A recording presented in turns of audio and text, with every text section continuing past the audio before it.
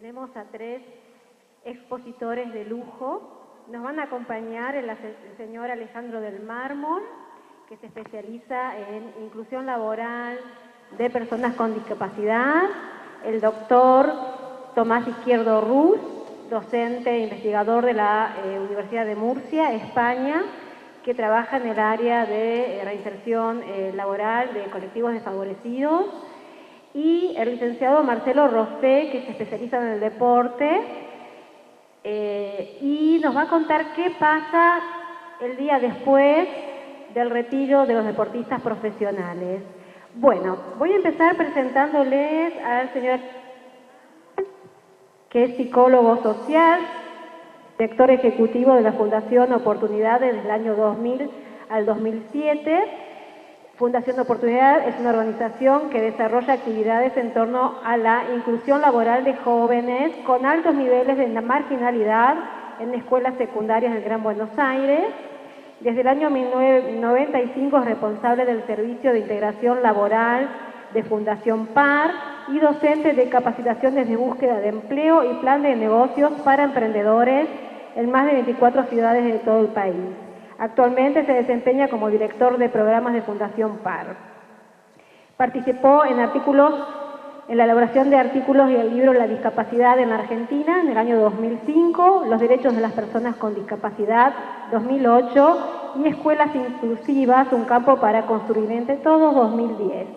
Fue consultor en Costa Rica en el marco del convenio entre el gobierno de Costa Rica y la Cancillería Argentina y disertante invitado de la República del Perú para el seminario organizado por la OIT para la integración laboral de personas con discapacidad.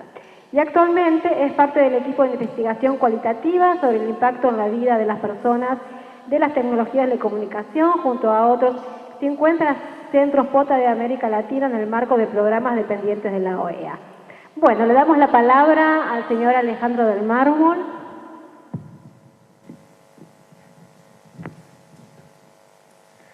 Después de todo eso parece que tengo que hablar serio, ¿no? Bueno, ¿cómo les va? Buenas tardes a todos. Gracias por estar acá, por haber elegido esta mesa.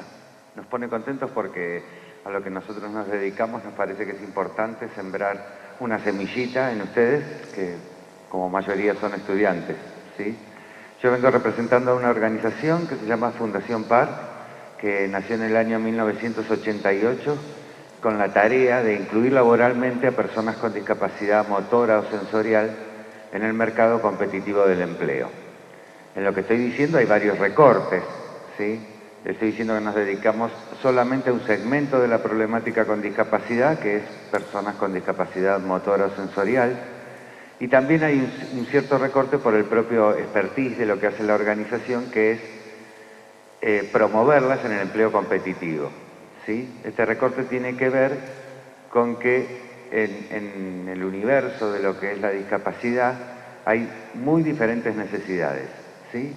Una cosa son las necesidades que puede tener para la inserción una persona con una discapacidad intelectual, otra muy distinta es la que puede tener una persona hipoacúsica o que tiene un problema de visión o tiene un problema motor, ¿sí? Son dificultades diferentes, pero también necesidades diferentes a la hora de tener una inserción. El foco, digamos, un poco la ideología de la organización siempre ha sido que a igual capacidad las personas tengan la oportunidad de competir por el empleo y que no fueran dejadas afuera, a priori, digamos, por el simple hecho de tener una discapacidad, sino que tuvieran la oportunidad de ser evaluados al igual que cualquier otra persona. Y la verdad que nos ha ido muy bien en todos estos años. Nosotros tenemos un promedio, le voy a hablar de los últimos años porque si no es muy largo, pero nuestro promedio varía mucho según cómo está el mercado del empleo. Esto es una de las variables importantes para nosotros. En los primeros años de esta última reactivación en la Argentina, en el año 2004, 2005, estuvimos alrededor de los 120, 130 empleos conseguidos a partir de nuestra gestión.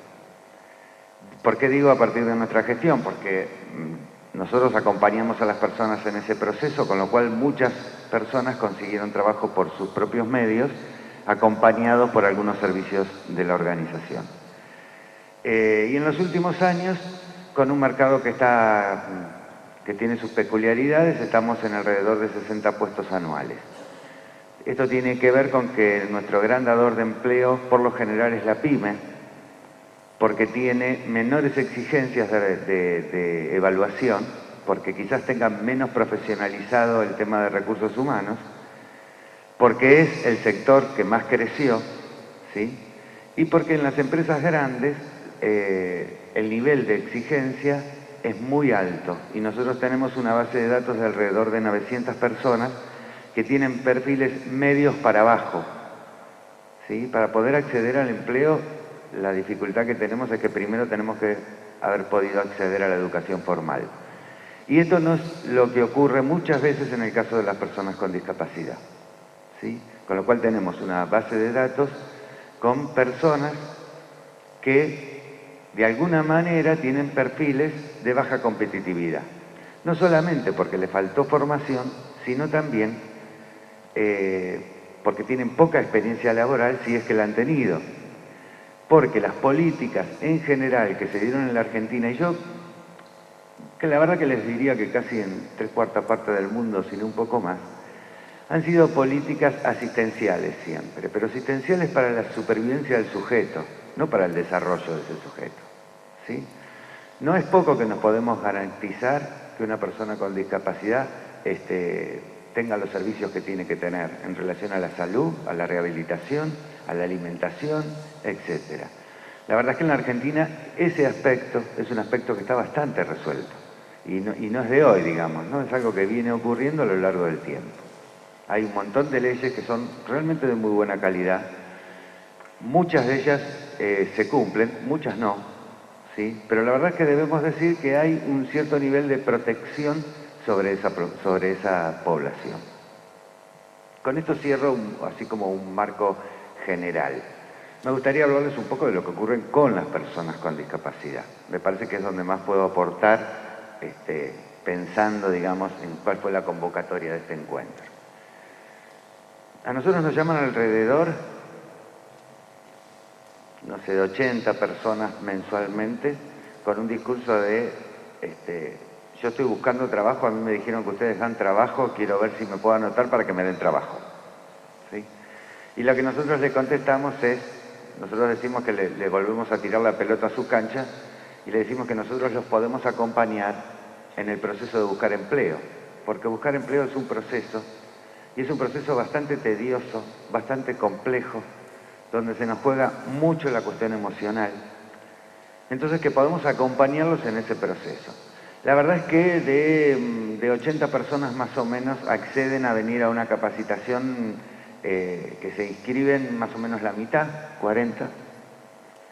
De esa mitad, los que llegan al primer día de capacitación son 20. Este es más o menos el promedio. No vamos a hacer un juicio de valor, digamos, sobre los que no vienen, porque a priori uno podría decir, bueno, si no tienen la capacidad o el interés, digamos, de también hacer una gestión, qué poco lo podemos ayudar nosotros, ¿sí?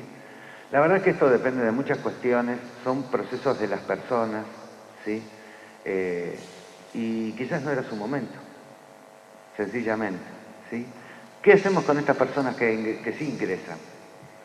La verdad que trabajamos fuertemente sobre herramientas, estrategias para buscar empleo, pero por sobre todas las cosas, en un encuadre de taller, trabajamos mucho qué les pasa a ellos con la búsqueda del empleo. Porque hay que luchar con varios estigmas con los cuales arrastran las personas con discapacidad y que tienen que ver con cuestiones culturales, ¿sí? No solamente el Estado reacciona generando políticas subsidiarias, ¿sí? Para la sobrevivencia, como decía antes, no apostando al desarrollo de ese sujeto, sino que también todo su entorno, su familia, sus amigos, su entorno, ¿sí? También actúa de esta forma. Nosotros tenemos, no voy a hacer un desarrollo de todos los programas que tenemos para no usar el tiempo para eso, pero una de las cosas que más trabajamos, por ejemplo, con los emprendedores es la idea del éxito. Porque aunque nos parezca mentira, ser una persona independiente, también en el sentido económico, nos pone en otro lugar inclusive con nuestras parejas, con nuestros hijos, con nuestros padres, con nuestros hermanos, con todo nuestro entorno. ¿Sí? Pasan muchas más cosas que tienen que ver con nuestra humanidad en ese sentido. Yo por ahí preguntaría, porque parece que habláramos de otros, y en realidad la discapacidad es transversal a nuestra situación biológica. Cualquiera de nosotros puede tener una discapacidad mañana, ¿sí? Lo que nos viene a mostrar la discapacidad, una persona con discapacidad, tiene que ver con la fragilidad, ¿no? Con la fragilidad biológica de la cual somos sujetos, ¿sí? Nadie está libre de esto. Por eso que en realidad no estamos hablando de otros, ¿sí? Estamos hablando de nuestra condición humana y de la necesidad de generar un mundo donde todos tengamos oportunidad de desarrollarnos en nuestros máximos potenciales. Quienes tendrán más potenciales, quienes tendrán menos potenciales o diferentes potenciales.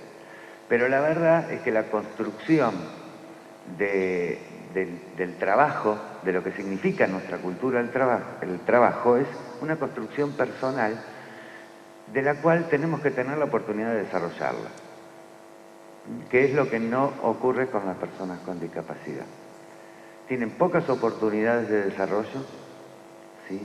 Y curioso es que nosotros vamos a las empresas y lo que ocurre en las empresas, primera pregunta es, ¿ustedes tienen alguna persona con discapacidad trabajando? 90% de las veces es no. Y cuando uno pregunta, ¿por qué? Porque nunca se presentó ninguna, ¿sí?, a ninguna búsqueda. Y eso también es cierto. No solamente tenemos que trabajar con las empresas para que sean capaces, ¿sí?, de brindar oportunidades. Tenemos mucho trabajo por delante con las propias personas con discapacidad, que más allá de un discurso, que es, yo quiero tener un trabajo, ¿sí?, y ser un igual, a la hora de también te tenés que romper el alma igual que cualquier otro, a esa hora me retiro. ¿Sí? Este es un problema cultural, no es un problema de las personas con discapacidad, es un problema que construimos entre todos. Yo quería traer un poquito esa reflexión porque me parece que no estaríamos bien si solamente habláramos de lo injusta que es la realidad y de las pocas oportunidades que dan las empresas. También tenemos que tomar conciencia de qué hacemos con estos aspectos de nuestra propia humanidad, ¿sí?, en la cultura. Bueno, creo que estoy bien con el tiempo, no quiero ser irrespetuoso y después tendremos preguntas. Gracias. Gracias, Alejandro.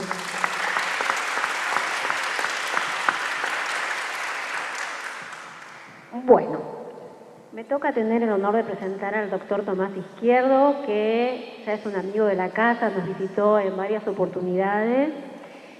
Y voy a tratar de resumir su currículum para no quitarle tiempo a su disertación.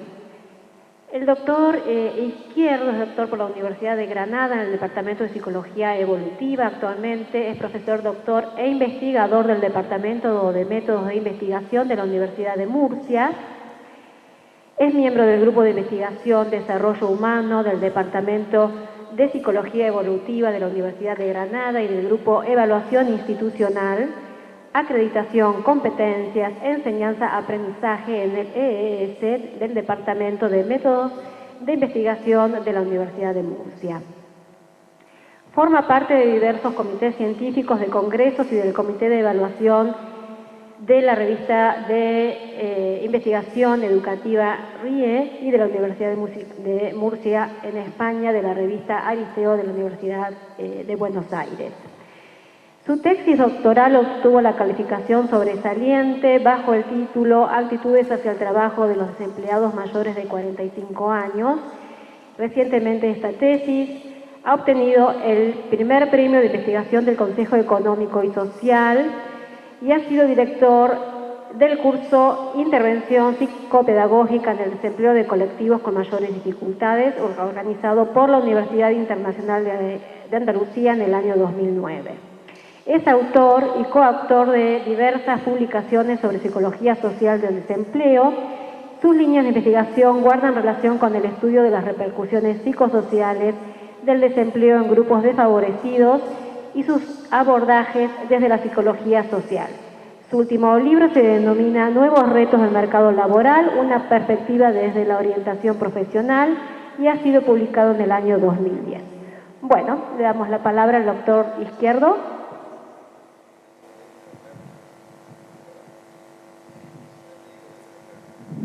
Muchas gracias, buenas tardes. Agradezco en primer lugar a la organización que me haya invitado para esta mesa redonda, donde tengo la oportunidad de compartir con otros colegas experiencias en relación a la inserción y reinserción laboral de aquellos colectivos desfavorecidos.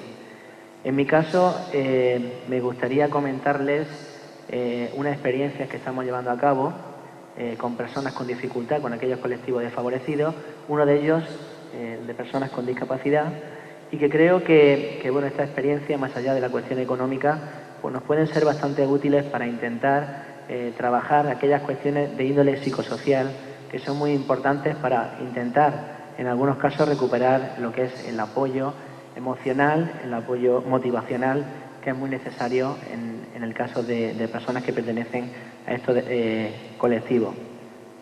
No sé si se visualiza bien la presentación.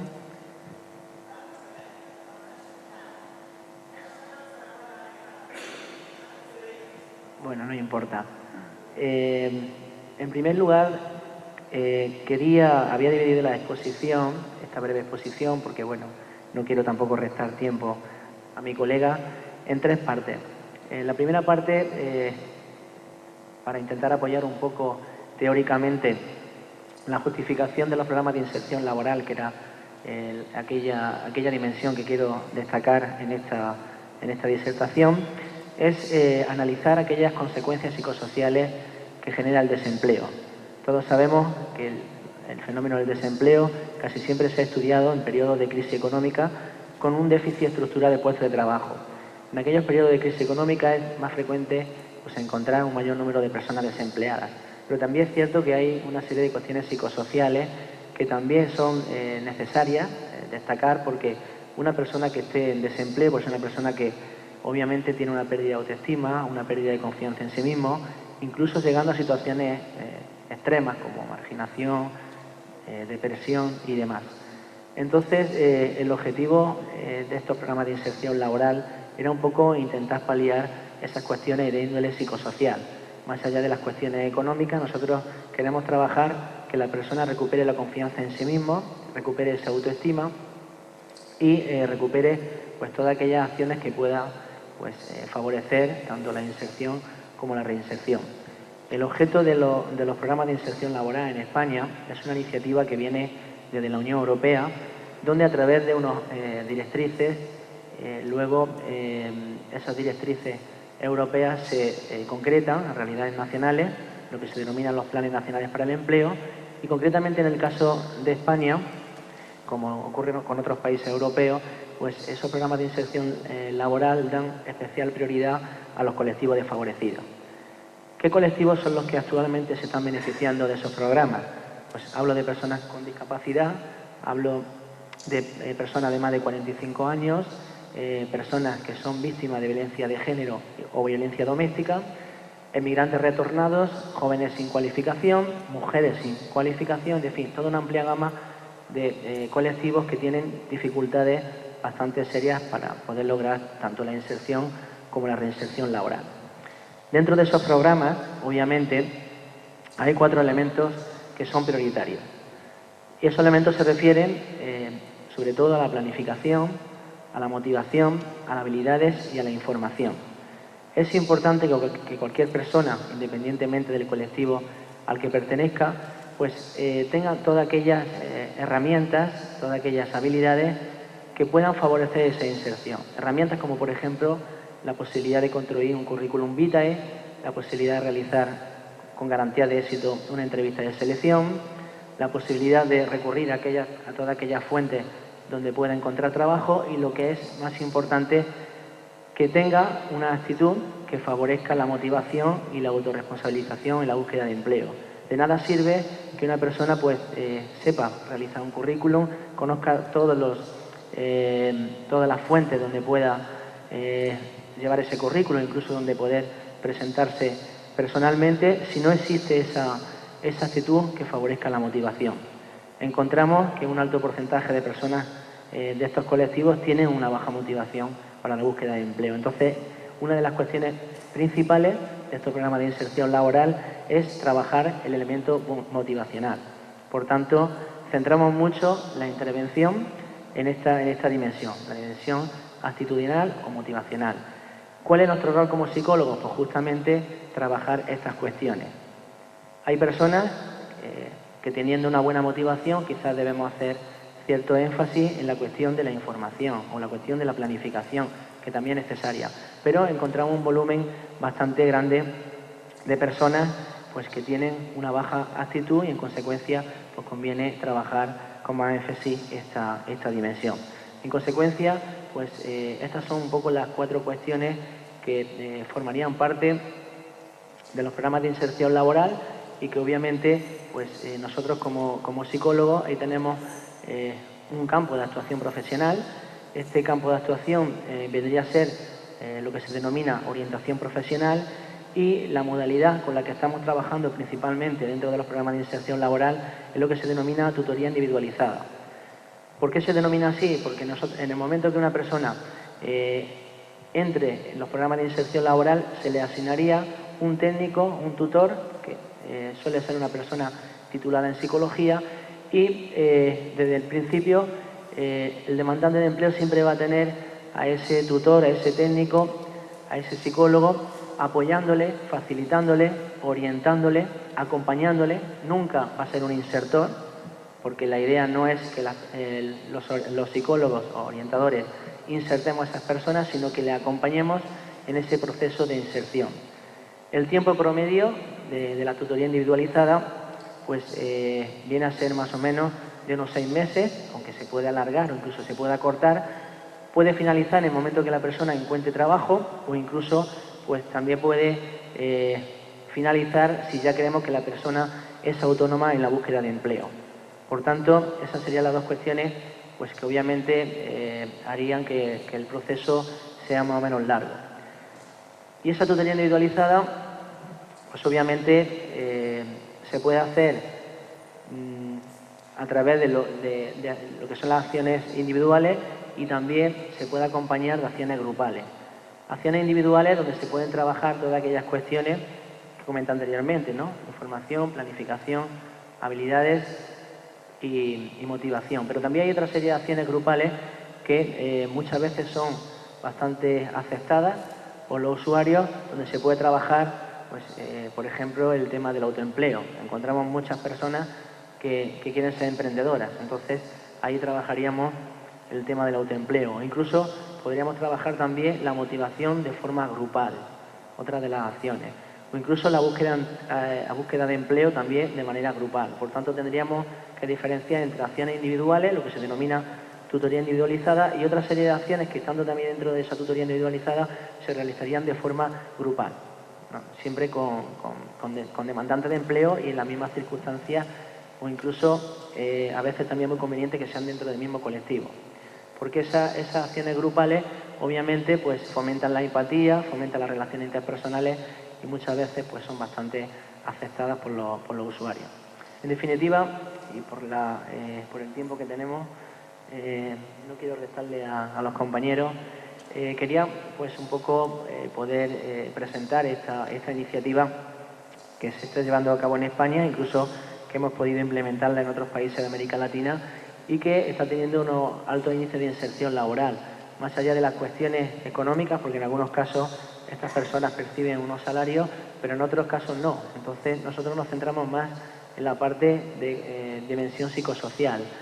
Y las cifras que estamos manejando actualmente son cifras bastante positivas, cifras que pues, nos animan a seguir trabajando en esta línea y que me gustaría también poder implementar alguna investigación similar aquí en la Argentina. Ya estamos un poco pues, perfilando algún proyecto de investigación que podría ser compartido y demás, e intentar ver un poco cómo se podría desarrollar este tipo de iniciativas aquí en la Argentina. Bueno, pues muchísimas gracias y paso la palabra al compañero.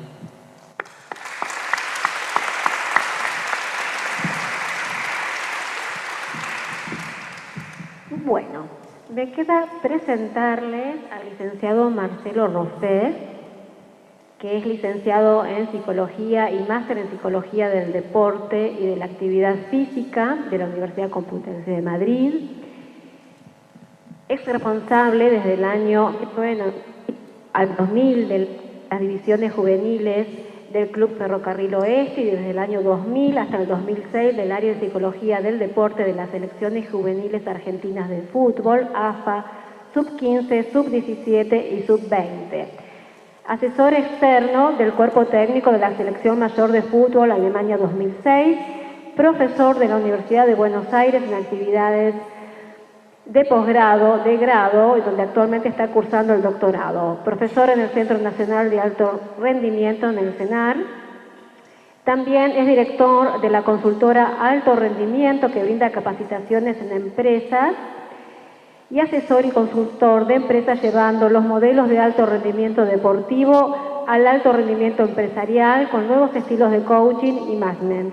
Asesor de entrenador que dirigió al equipo mexicano de Primera División en la temporada 2007-2008, director del Departamento de Psicología Deportiva del Club Chacarita Juniors, prólogo de libros en Venezuela y Chile y escribió capítulos para libros de España de la especialidad. Asistió y expuso en el 12º Congreso Mundial de Psicología del Deporte en el 2009.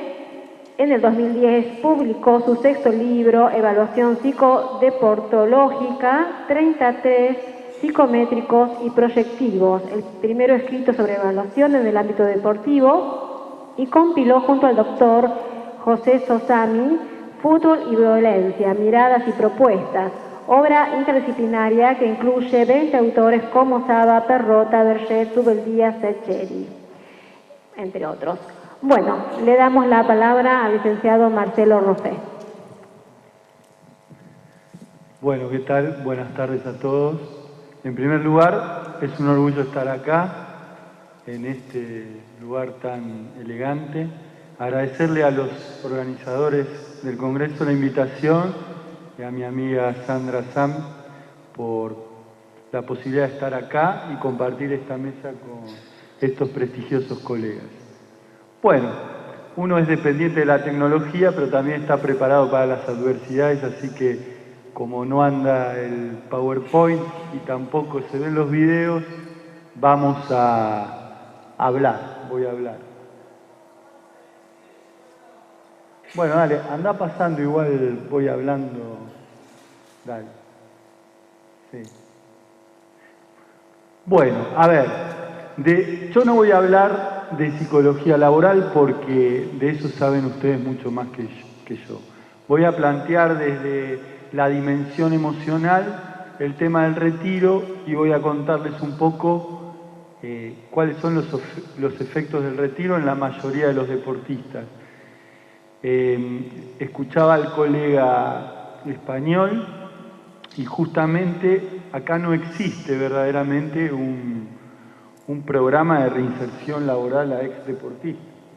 O sea, esto verdaderamente no existe, muchas veces porque no se quiere desde algún lugar o porque no se ha trabajado a fondo en un proyecto así. Ustedes saben que en cualquier profesión a los 40 o 50 años en general uno está en su mejor momento. No es el caso nuestro, pero en general. Y en el deporte pasa lo contrario, a esa edad ya te retiraste.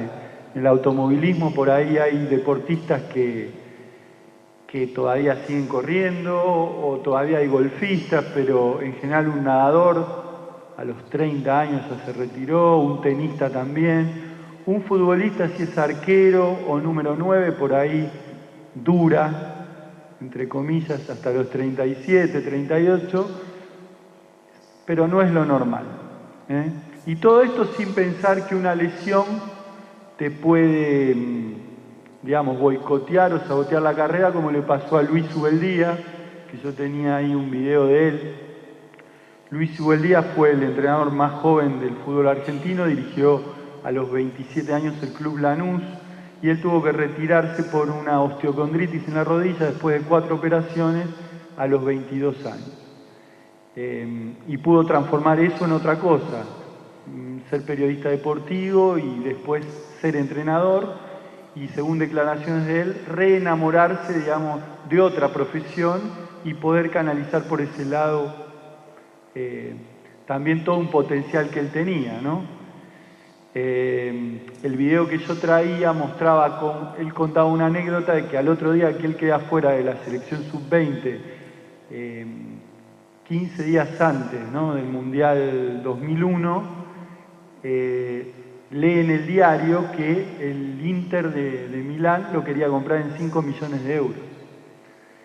Y bueno, finalmente él no sabía que esa lesión que lo dejaba fuera del Mundial lo iba a dejar afuera, digamos, iba a marcar el retiro de él como deportista, ¿no? O sea que si hablamos de fútbol, en un momento fue un juego, después se transformó en un deporte y hoy es un negocio. Entonces, si hablamos en términos de negocio, además de que él podría haber jugado con Pekerman de titular el Mundial 2006 en Alemania, muy posiblemente, de haber continuado la carrera, estamos hablando de que perdió entre 8 y, vamos a decir, entre 8 y 10 millones de euros en estos 10 años.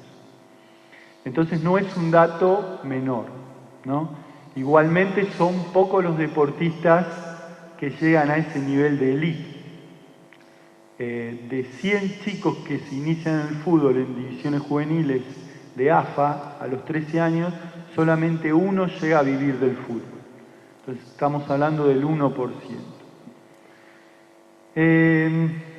Bien, el 90% de los deportistas, para ustedes, ¿se retiran o son retirados por el deporte? A ver, levanten la mano los que dicen que se retiran. Y levanten la mano los que dicen que son retirados por el deporte. Ganaron los suyos. Son retirados por el deporte, porque hay muchos factores. Por ejemplo, uno es que no tienen desarrollada otra zona de interés. Al no tener desarrollada otra zona de interés, van postergando, aunque merman el rendimiento, van postergando su carrera. Entonces los van desplazando hasta que el sistema te desecha como un pañal descartable, y es mucho más doloroso no saber retirarte a tiempo. En general, el deportista de élite, yo traía ahí unos recortes de Boris Becker, que ustedes lo conocerán, fue número 1 del mundo. Bueno, ahora se dedica a jugar al póker, que yo no lo considero un deporte, podemos discutirlo largamente, está de moda, genera mucha plata, trabaja muy bien la dimensión de la espera, digamos, como el ajedrez, nos ayuda a ser pacientes, pero de deporte poco y nada, porque está sentado en una mesa. Bueno, ahora se dedica a jugar al póker y le va muy bien. Agustín Pichot, el capitán de los Pumas, que se reinsertó rápidamente. Guillermo Coria, que también llegó a estar en los 5 primeros en el tenis y ahora enseña a chicos. Y tenía un video para empezar de Ronaldo, que la mayoría de ustedes lo habrán visto cuando él anunció su retiro. Bueno, y Ronaldo hablaba de una muerte anticipada. Esto es bastante común, lo dijo el Beto Alonso, lo dijo Porta, lo dijo Platini. Esto de hablar de muerte anticipada, jugadores famosos que han ganado mucho dinero, que han estado en el estrellato, ¿no?, a un nivel muy alto, es bastante común. Como también es bastante común escuchar en el discurso de ellos el tema del suicidio, pero por su negativa. No pensé en suicidarme. Y nosotros que somos psicólogos, siempre, ¿no?, cuando te dicen, este pibe juega muy bien, no es porque sea mi hijo. Bueno, ¿no? Esto, no pensé, no aclares que oscurece, ¿no? Si decís no pensé en suicidarme es porque lo pensaste. Y en realidad muchos lo han pensado, y también es lógico porque han estado en los mejores hoteles, han comido las mejores comidas, han viajado por muchos países, han tenido en los hombres o en las mujeres las mejores mujeres o los mejores hombres, y de repente todo eso se termina, ¿no? Y en general el deportista no está preparado para eso. no está preparado para eso porque no se preparó y porque no lo ayudaron a prepararse.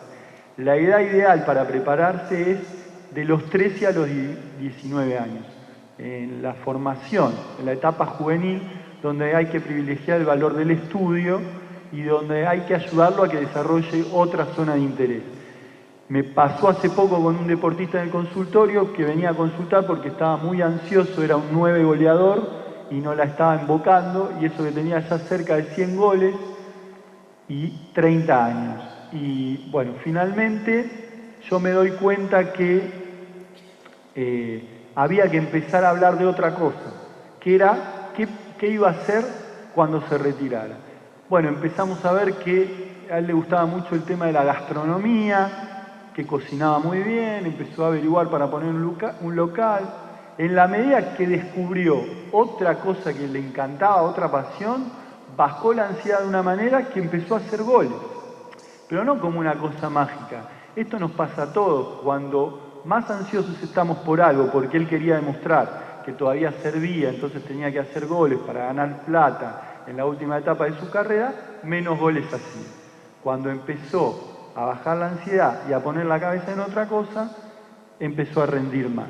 También hay un entrenador muy conocido que la mujer, él lo contó en una nota, la mujer lo dejaba encerrado en el palier de su departamento para que vaya a hacer el curso de técnico, porque si no él estaba depresivo en la cama, tirado, ¿no? Y bueno, de esa manera lo ayudaba, aunque la mujer no sé si calculó o no, que había un ascensor al lado, pero no pasó nada, digamos.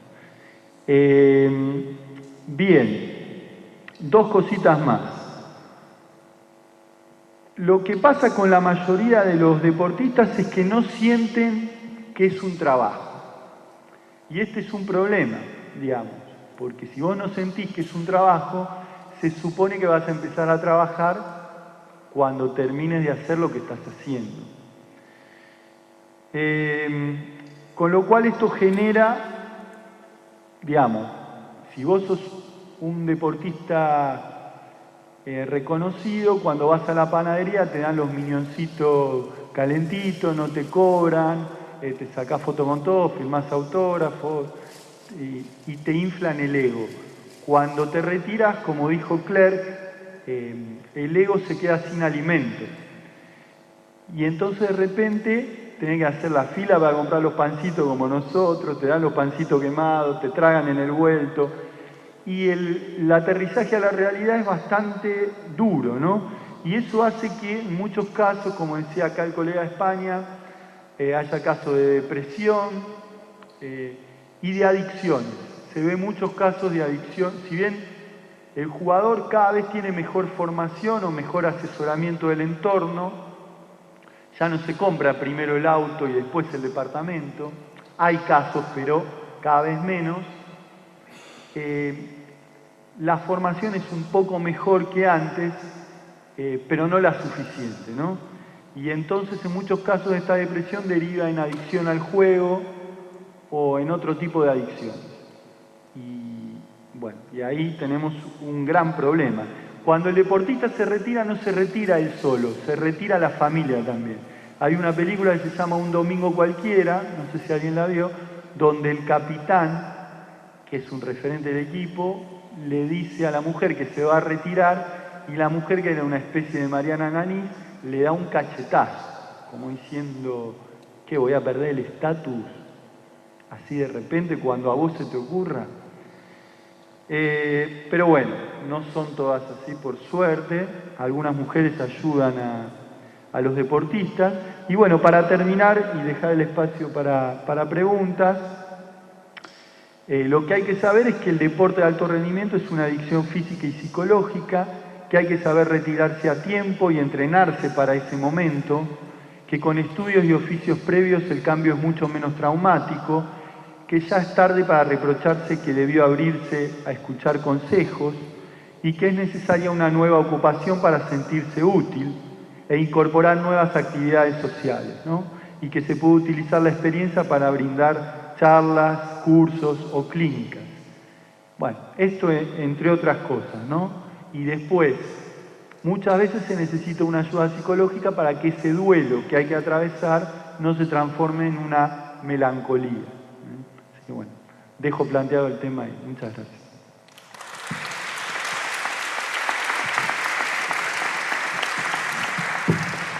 Bien, excelente la exposición, disertantes, espero que la hayan aprovechado en profundidad y para aprovecharlo un poquito más los invito a que se abra un poco el debate, que hagan preguntas y que no se queden con las ganas de saber qué más pasa en estas áreas de la inserción laboral.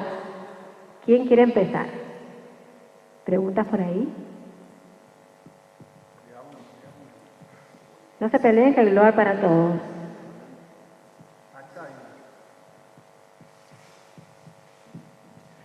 Sí, buenas tardes. Para el doctor Izquierdo, mi nombre es Mario Espina. Yo tengo a cargo unos cursos en la unidad carcelaria acá de Ezeiza de formación de emprendedores. Y, digamos, no soy psicólogo, simplemente soy formador de emprendedores y me encuentro con la problemática esta de enfrentar la reinserción laboral y a la vida de las personas. Estoy trabajando con personas que están privadas de la libertad, muchas desde hace más de 10 años, 15. Quería saber si en España hay alguna experiencia, o si usted sabe, si hay algo hecho con presos, digamos, en cárceles, como para buscar material, algo que me pueda servir, digamos, de apoyo para lo que estoy haciendo. ¿Se entendió la pregunta? Sí. Porque siento que retoma mucho, por eso. Tenemos un programa a nivel nacional que incorpora, lleva ya funcionando el año 2000, incorpora a mayores de 45 años, víctimas de violencia de género, inmigrantes retornados y personas con discapacidad. No existe un programa específico, al menos regulado a nivel gubernamental, que trabaje con personas reclusas. Sí es cierto que hay una ayuda subsidiaria, más de corte económico, pero la idea sobre todo es poder incorporar, y de hecho ya hemos presentado algunas propuestas, poder incorporar a este colectivo también dentro de ese programa de inserción laboral. Lo que sí sé es que se están llevando a cabo algunas iniciativas, pero más de índole territorial, no legisladas a nivel estatal, muy específicas por personas que trabajan en los propios centros penitenciarios, que en algunos casos se apoyan de experiencias de este tipo. Pero no existe todavía un programa específico donde se pueda incorporar este colectivo. Sí es cierto que hemos presentado, a raíz de una investigación empírica que hicimos a nivel nacional, incorporamos la posibilidad de poder, o sea, que el colectivo este también se incorporara al programa, y de hecho ya existen algunos borradores y ojalá que en breve podamos contar también con el colectivo de personas reclusas dentro de este programa de inserción laboral.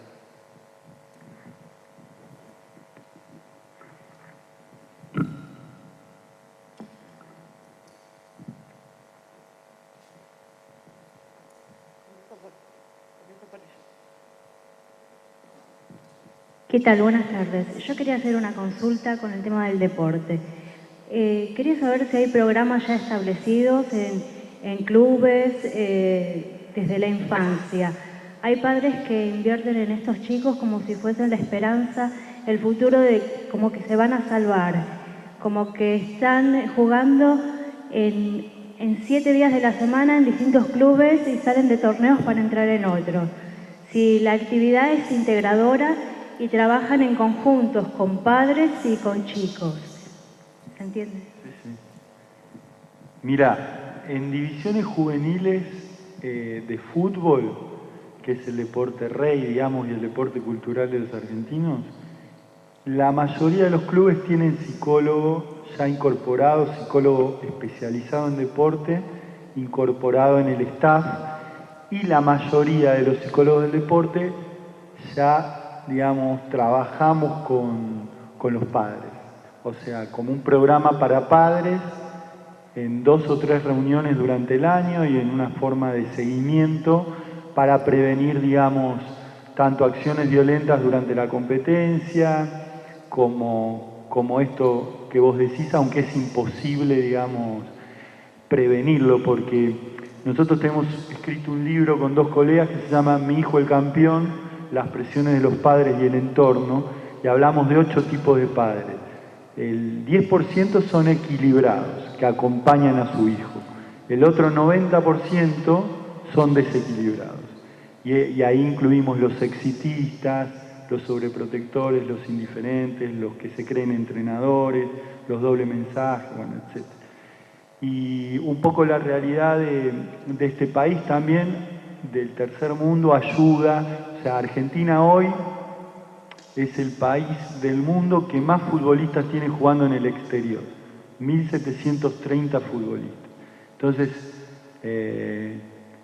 hay una conjunción de factores que hacen que, digamos, por la desocupación, por la búsqueda, digamos, frenética de salvarse económicamente, porque Messi, que es el mejor jugador del mundo, es argentino, y por un montón de cuestiones, y por realizar el sueño que el padre no pudo hacer él como jugador, que pase esto, ¿no? Pero bueno, se trata de trabajar, aunque es bastante complejo porque hay padres que escuchan y hay padres que no escuchan.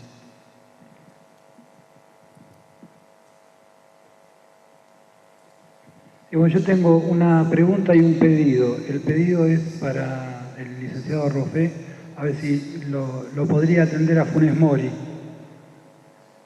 a ver si empieza a hacer goles. La pregunta es para Alejandro Mármol. Disculpame, igual te respondo algo. Es fácil mirar desde la tribuna. Funes Mori tiene 20 años. Me gustaría que estés vos o yo o cualquiera de nosotros jugando de titular en la primera de River con 60.000 personas. Entonces, como hincha, yo puedo tener el mismo pensamiento que vos. Ahora, de este lado del mostrador, atendiendo deportistas de elite durante 20 años, te puedo decir que bastante bien lo está haciendo. Más allá de que, como hincha de River, me encantaría, igual que a vos, que haga un gol el domingo contra Boca. Pero no sé si se entiende. Es bastante difícil jugar en un club grande. Muchos jugadores no han estado a la altura de River, Boca o la selección. No han estado a la altura. Y bueno, nada, hay que poder manejar esa presión. Bueno, yo en su momento me probé en River y bueno, acá me ves.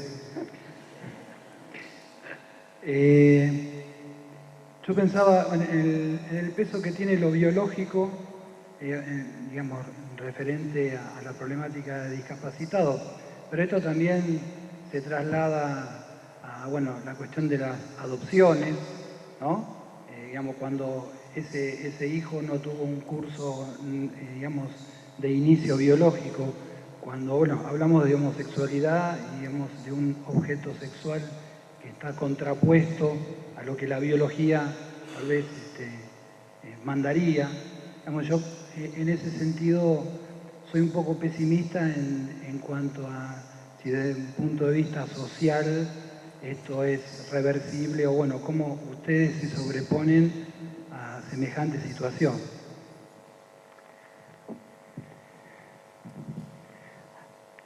Tiene muchas aristas lo que estás diciendo, digamos. La verdad que también hay una sobrevaloración, culturalmente hay una sobrevaloración de la dimensión del trabajo. Parece que ninguna persona se puede realizar si no pasa por el trabajo. ¿Sí? Ninguna persona es útil a la sociedad, ninguna persona termina, aparentemente, de armar su personalidad si no trabaja. La verdad que también deberíamos preguntarnos, por lo menos en el ámbito de la discapacidad, si esto es así. Porque muchas veces trabajás con una persona que tiene una discapacidad intelectual durante 15 o 20 años para que no desarrolle psicosis y después lo pones en una maquinita a hacer así.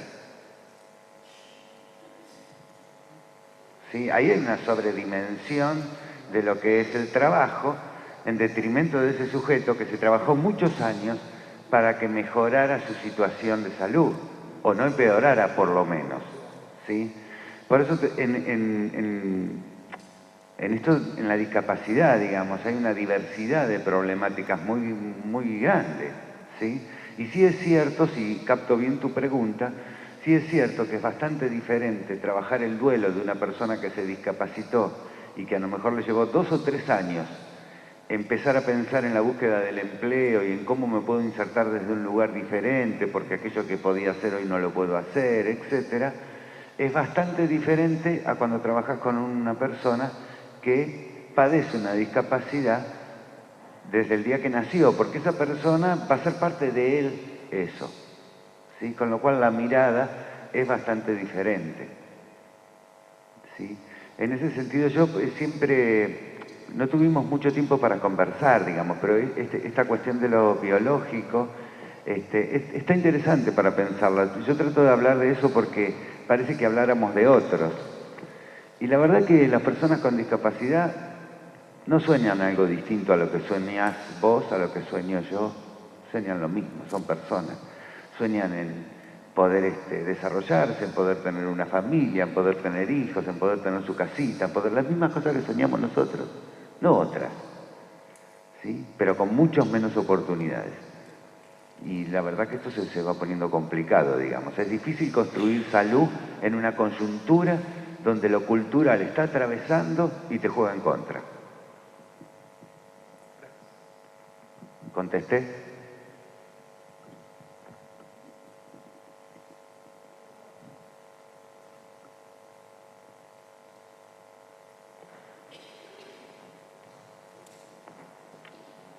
Gracias. Hola, buenas tardes. Cuando usted habla de trabajo para ¿el deportista lo vive como trabajo o como empleo? Porque las dimensiones son distintas para pensarlas. Porque si podemos pensar desde el lugar del reconocimiento, bueno, pensamos en trabajo, no únicamente con la dimensión dineraria. Ahora, si pensamos en empleo, por ahí las dimensiones son otras para pensar. Está bien la pregunta.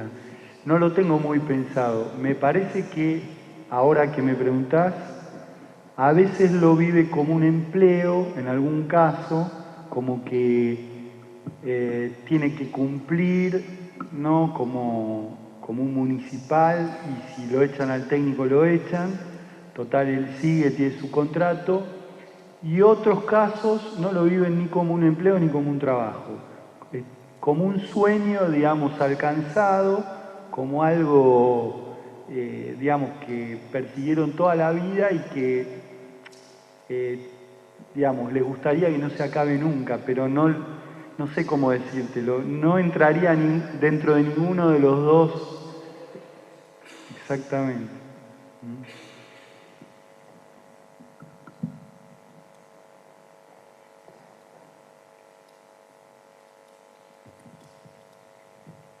Una última pregunta. Por acá.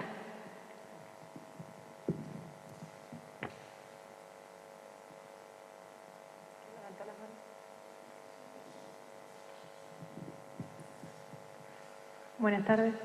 Mi pregunta va dirigida a los tres. ¿Qué dificultades o qué obstáculos se encuentran en la práctica cotidiana para llegar precisamente a este proceso de reinserción? No sé si se entiende.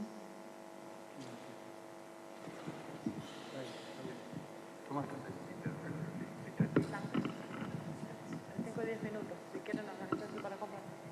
Yo quería responderle de la práctica que he tenido la oportunidad de poder trabajar, digamos que con cercanía, ¿no? con personas pertenecientes al colectivo desfavorecidos. Creo que uno de los elementos fundamentales es el tema motivacional. Al menos la experiencia que yo he tenido con ellos es eso, ¿no? He encontrado personas bastante desmotivadas hasta el punto de no realizar ninguna actividad de búsqueda de empleo. Entonces, creo que ese es un componente, como ya he dicho antes, importante a la hora de trabajar con personas que pertenecen a colectivos desfavorecidos. En algunos casos eran personas que tenían una fuerte atribución externa, siempre achacando esa situación de desempleo a cuestiones políticas, a cuestiones económicas y demás. Entonces es necesario trabajar el componente actitudinal, sobre todo en lo que es el tema de atribución. Es curioso porque en otros lugares, hablo por ejemplo del Paraguay, Encontramos ahí, por el contrario, encontramos que había una fuerte atribución interna. Es decir, hay personas que también atribuyen esa situación del desempleo a factores internos, como la falta de formación, la falta de experiencia, incluso determinadas cualidades a la hora de realizar un trabajo. Pero sobre todo, un poco para responder a tu pregunta, mi experiencia ha sido, pues eso, ¿no? La cuestión actitudinal. Es cierto que el mercado de trabajo pues ofrece hoy en día, ¿no? Desafortunadamente, pocas oportunidades laborales. Pero si a esas pocas oportunidades añadimos la cuestión actitudinal, obviamente, pues eso va a hacer que el hándicap pues sea bastante mayor. En el caso del deporte, yo creo que depende también el nivel de formación de cada deporte. No es lo mismo un rugbyer que trabajó en general o fue gerente de empresa que un futbolista. El futbolista en general tiene cierta limitación en la formación. Muchos que han querido seguir estudiando no han podido porque el fútbol no es tantas las horas que se entrena, sino el estrés que conlleva y todo el entorno, ¿no? Me parece que en el caso puntual del fútbol es la comodidad y la falta de formación, el obstáculo, ¿no? La comodidad porque el jugador está... en otro video que yo traía estaba Pablo Michelini, que fue capitán de Racing y de San Lorenzo, y él decía que el jugador no le enseñan ni qué es el quit, ni la DGI, cómo abrir un local. Ahora existe la Fundación El Futbolista que ayuda a jugadores que todavía están en actividad en cursos de formación, de emprendimiento, pero no los aprovechan mucho los jugadores.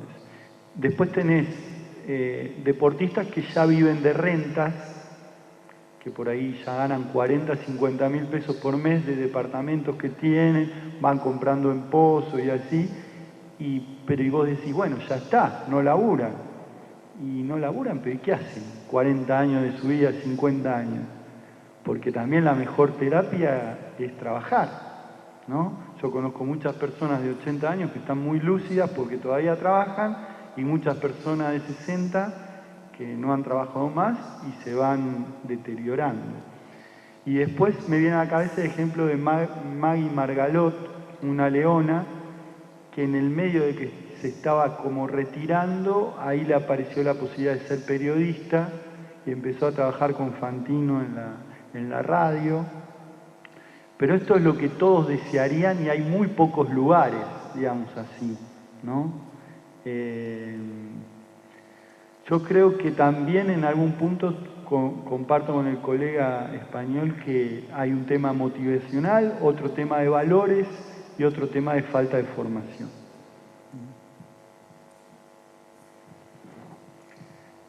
Yo comparto también en la cuestión motivacional y actitudinal, ¿no? En este caso con una raíz que nosotros venimos detectando en todos estos años de trabajo con las personas, que tiene que ver con una cierta, digamos, enajenación, en algún sentido, producto del propio sistema, ¿sí?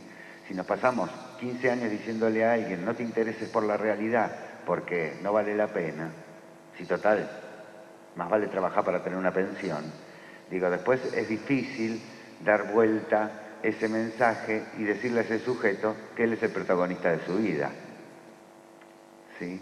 Digo, me parece que en términos, creo que ustedes lo van a comprender muy bien, digo, hay una cierta enajenación porque lo que hemos aumentado es la neurosis de ese sujeto, que no puede conectarse con su propio deseo, digamos.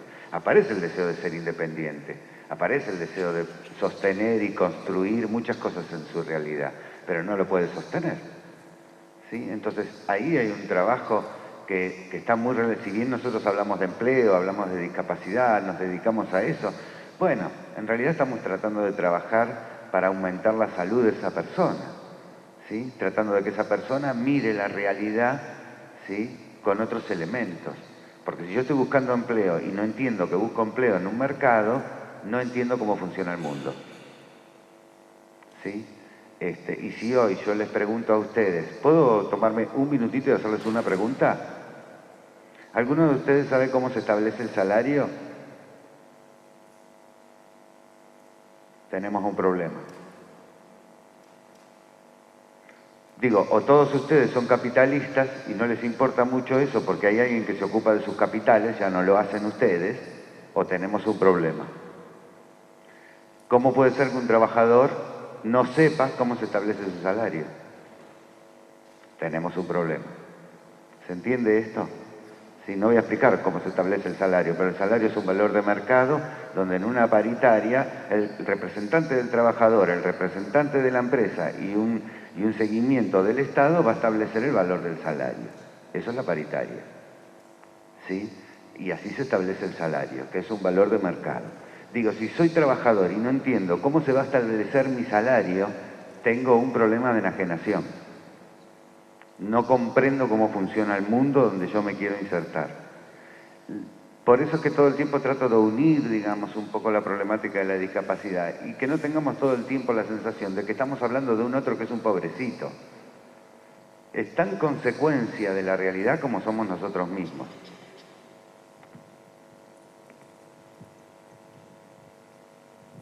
Bien, vamos a finalizar esta disertación agradeciendo el tiempo de ustedes por haber elegido este espacio y en lo personal a estos tres profesionales de élite que nos acompañaron hoy en esta mesa. Un aplauso para ellos, por favor.